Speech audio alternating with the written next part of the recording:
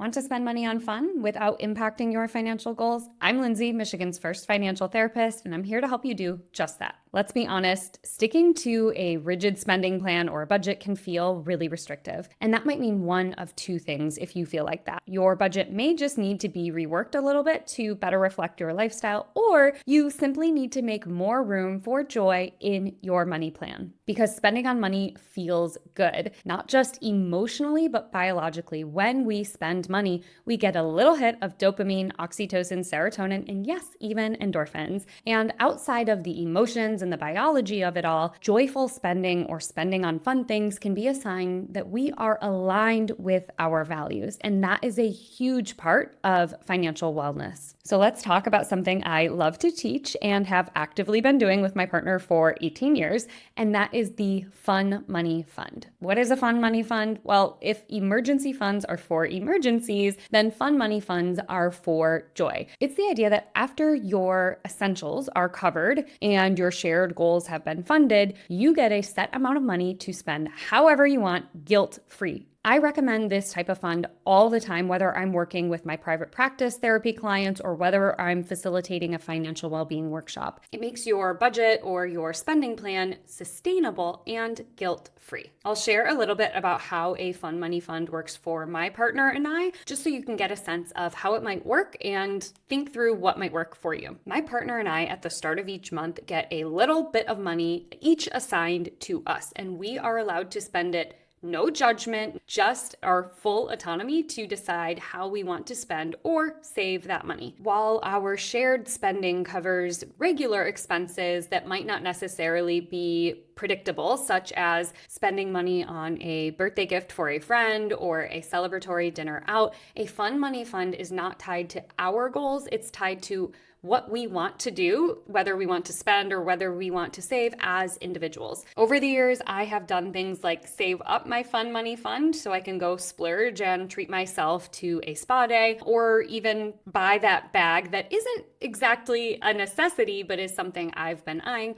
whereas my partner might spend it all within the first week. And the great thing about a fun money fund is that there is no judgment, there is no side eye. It is how we want to use that money in a way that feels fun and joyful to us. And over time, our process has evolved. When we first started doing a fun money fund back in the olden days, aka life before 2020, we would literally go to the ATM on the first of the month, withdraw cash, and each get a set dollar amount that would go into our wallets, and then we could do whatever we wanted with it. These days, we do everything digitally. While we still give ourselves money at the very beginning of the month that we are allowed to use on fund, it goes into a digital envelope or into a digital savings account, and we are able to peek at it and use it in the way that we want to, just like we did with cash, but now we just do it digitally. And that fun money fund works so well for us as partners because there isn't judgment or that questioning. But even if you don't share money with your partner, or you aren't in a relationship where you're pooling your money in any sort of way, you can have a fun money fund for yourself. That helps you to have financial flexibility, joy, peace. It helps to kind of give you that extra missing thing that might be making your budget hard to stick to. Allow me to share 4 fun money tips. Tip number 1, treat your fun money fund exactly as it sounds, which is fun. And in order for it to feel really fun, it can't be taking away from other financial priorities that help you to have a safe financial foundation. For example, making sure that you have an emergency fund that is funded in the way that you need it to support you, or that you are at least contributing simultaneously. It's really hard to enjoy fun money or guilt-free spending if topping off something like an emergency fund or paying down debt is causing you stress. I really think about a fun money fund as a place that your disposable income can go once the other things in your financial foundation are secure. Now, I will give a big caveat here that this doesn't work for everyone. I think that we can do 2 things at once. So if you're like, I really want a fun money fund now, great, love that for you. And you're also like, but I have to save for other things. You can do two things at once. We can walk and chew gum, right? For example, if you are currently funding an emergency fund and you also want to have a little bit of fun money to splurge as you see fit, you could do something like, for every $90 I contribute to my emergency fund, I get $10 guilt-free to spend how I want. So that's an example of how you can do two things at once. Tip number 2 is creating some sort of guideline or rule for yourself of how much money goes into that fun budget each month. Depending on your financial archetype, if you don't know what your financial archetype is, I will link the quiz in the description or in the show notes, depending on if you're watching this or listening to this.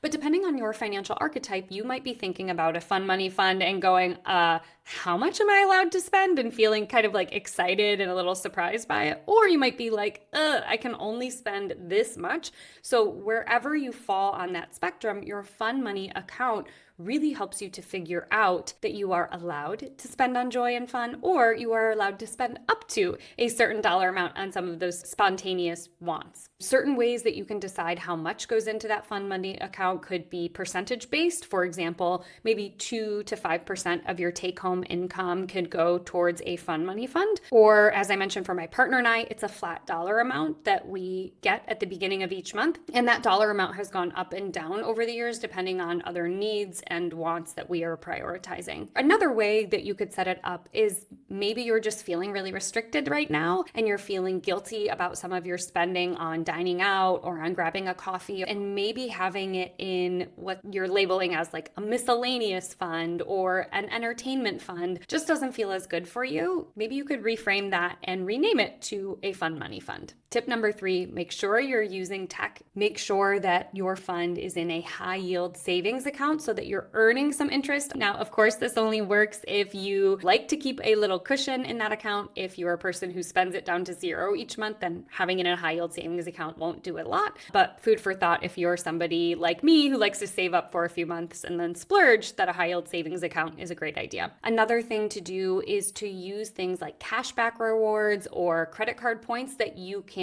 add to your fun money fund. For example, if you're the type of person who likes to use credit card points for different things, maybe you could give yourself permission that every time you hit 20,000 points in a certain credit card rewards program to either take a staycation or go out to dinner, and it can be a part of that fun money routine. You could also do something like turning on roundups. This is a feature where every time you tap or swipe your card, it will round up to the nearest dollar, and that spare change can go into something like a fun money account. That helps you to save up for fun things without even having to think about it. And speaking of automate, turn on autosave to automatically move money from your checking into your fun money account. And your fun money account could be a savings account or a checking account, as I mentioned earlier, depending on the type of spender that you are. I also want to remind you, if you have ADHD or you're an impulse spender, that the more we can automate, the better it is. And having something like a fun money fund, or you could rename it to an impulse spending fund or a spontaneous money fund, is that when you are funding this automatically, it helps to build in that routine of,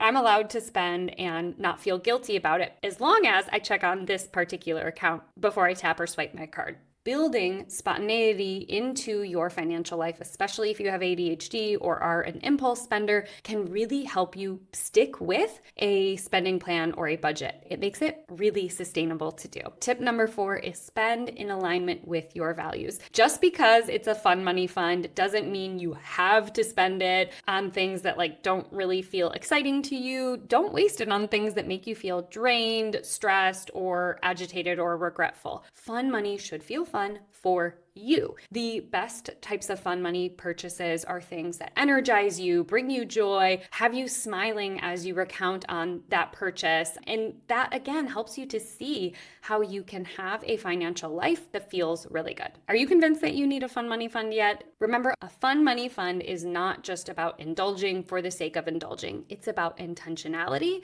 it's about sustainability, and when done right, it can help you to feel aligned with your spending plan. It can bring you joy, it can can bring you autonomy. And if you're in a partnership, it can dial down some of that stress and tension around money. And if you are not partnered, it can also just help you feel better about spending on things that feel good. Whether your fun money account has $10 a month or $200 a month, it's about using those dollars in a way that helps you to rewire this idea that spending is somehow bad or wrong. I hope this gave you a few different ideas to try out in your life. If this resonated with you, definitely leave me a comment. Tell me if you have a fun money fund or how you've been using your fun money fund, or if you're just getting started, what you think you might spend on if you create a fun money fund. And until next time, keep spending in ways that feel good, grounded, and fun for you.